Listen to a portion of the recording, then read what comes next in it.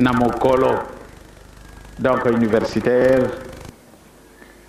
Kimbangis, restez-y et vraiment soyez fermes dans vos positions chrétiennes.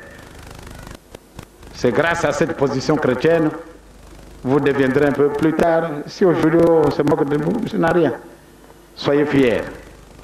parce que vous suivez la voie qui est légale. C'est notre voie, c'est celle-là.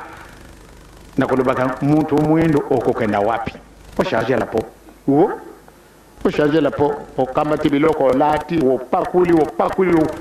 kasi. Soko biloko ngobe bisiliki okumi mwidu tu. Ezali boyote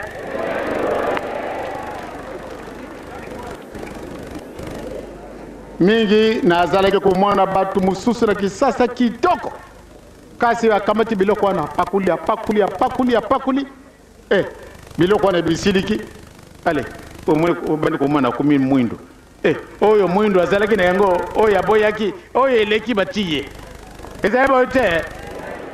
yango ana tikala nayo mama ndumba obe tata tikala nayo muntu mwindo ndenge nzambe apesaka yo ezana yo fierté. Donc papa na mama na sina lobi mingi penza muntu mwindo alongo wapi ba grand prophète de ekona na Petro wa diboso tanga sikawana ngamoko na arbitre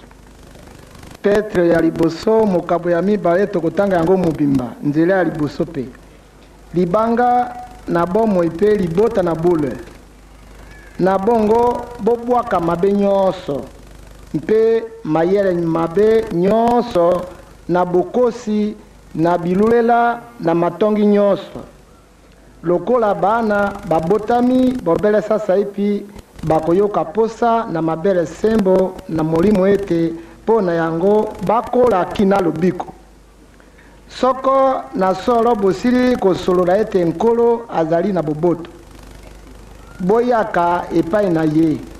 libanga na bomoi liboyami na bato kasi liponami pe likumisami na nzambe bino pe lokola mabanga na bomoi botangama ndako na molimo bozala banganga na bule mpo na kotombola mbeka na molimo ekosepelisa nzambe mpe Yesu Kristo. Zambi ekomami kati na makomi ete tala nazali kotia nasiona libanga na moto na suka liponami likumisami mpe ye oyo akondima yango akokufa na soni soko mokete bongo lokumu na yango ezali po na bino bandimi nde po na bango bajangi kondima libanga liboyaki batongi esili kokomama moto na suka ezali pe libanga na libaku libanga monene na kotuta lokolo bango bakotutaka libaku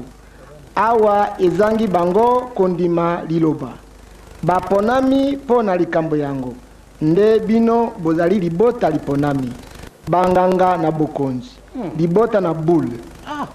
bato baponami ete boyebisa malamu na oyo babyangi bino kobima na molili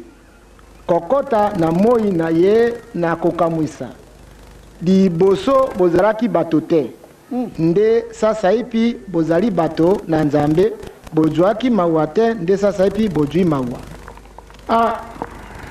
bolandi bolandi ngo malamu okiti na wana balingilaka bato balingaka yote lelo yokomi muntu tata toluka esika wana na mokano manzambe bango balubi ete boluka liboso bokontina likolo maso makopesa na bino ndenge bino boluki liboso bokontina likolo yango wana ne mokili moyini bino batata na bamama to banga te tokosala nini tokosala nini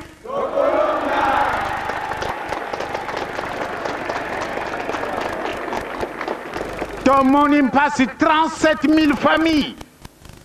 ekangama na ntina oyo lelo mutu nyonso to atala bakimbangiseko balati vert blanc biso moko ntina na yango tokoyibaka te ya solo tozali baponami pamba te mutio surtout mutu munene aya kota yo boye et surtout yo kufuka ma liboso na ngai c'est ridicule oh ya